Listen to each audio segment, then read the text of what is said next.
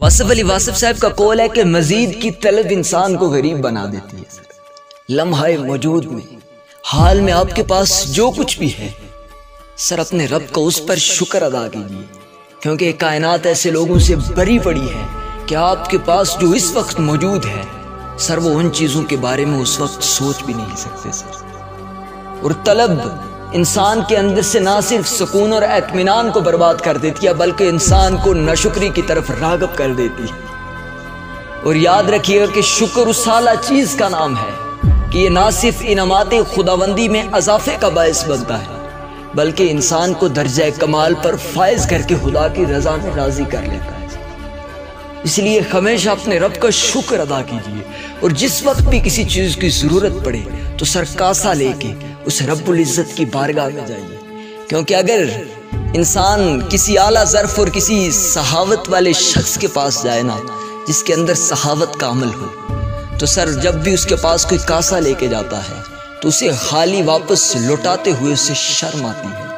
سر وہ تو رب ہے جو کہتا ہے میں اپنے بندے سے 70 ماؤں سے بھی زیادہ پیار کرتا ہوں۔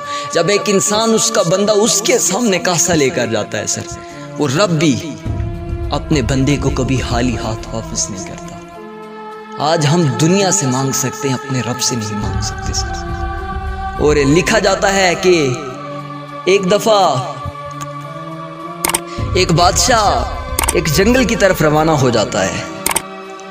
وہ جنگل میں شکار کے لیے جاتا ہے اور راستے میں جب پیاس کی شدت غلبہ کر جاتی ہے سر، انتہائی پیاس کا عالم ہے۔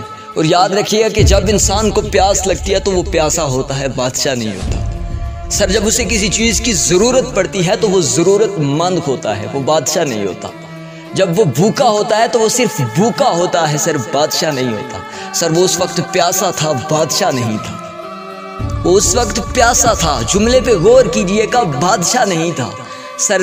اسے ایک غار نظر آتی ہے اور غار کے اندر ایک درویش جو اپنے رب کی عبادت کر رہے تھے، ان کے پاس ایک پانی کا مٹکا پڑا ہوا تھا سر۔ وہ اس غار کے اندر جاتا ہے، ان سے ملاقات کرنے کے بجائے سر سیدھا ان سے پانی مانگتا ہے۔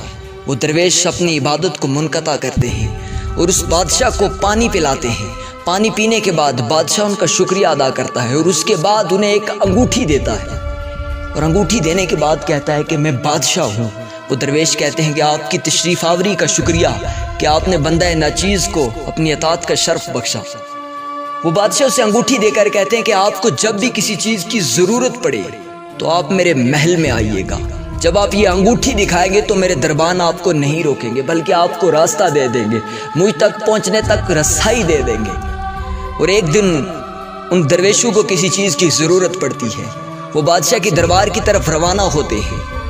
جب دربار کی طرف روانہ ہوتے ہیں، انگوٹھی دکھاتے ہیں، دربان جانے دیتے ہیں، بادشاہ کے کمرے میں جاتے ہیں، بادشاہ سجدے میں پڑا ہوتا ہے سر۔ جب وہ یہ منظر دیکھتے ہیں تو واپس لوٹ آتے ہیں۔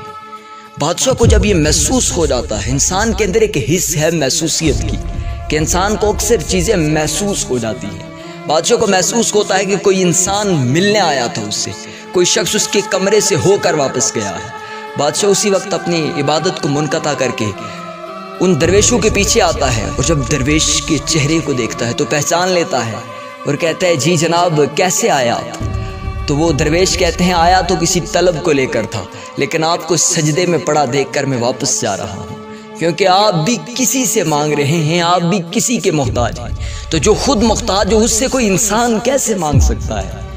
اس وقت اس بادشاہ کو یہ بتا دیا تھا کہ جب بھی مانگنا، جب بھی کاسا لے کے انسان جائے تو اپنے رب کے سامنے جائے، کیونکہ وہ رب اگر دے دے تو کبھی بھی اپنا احسان جتلاتا نہیں ہے سر۔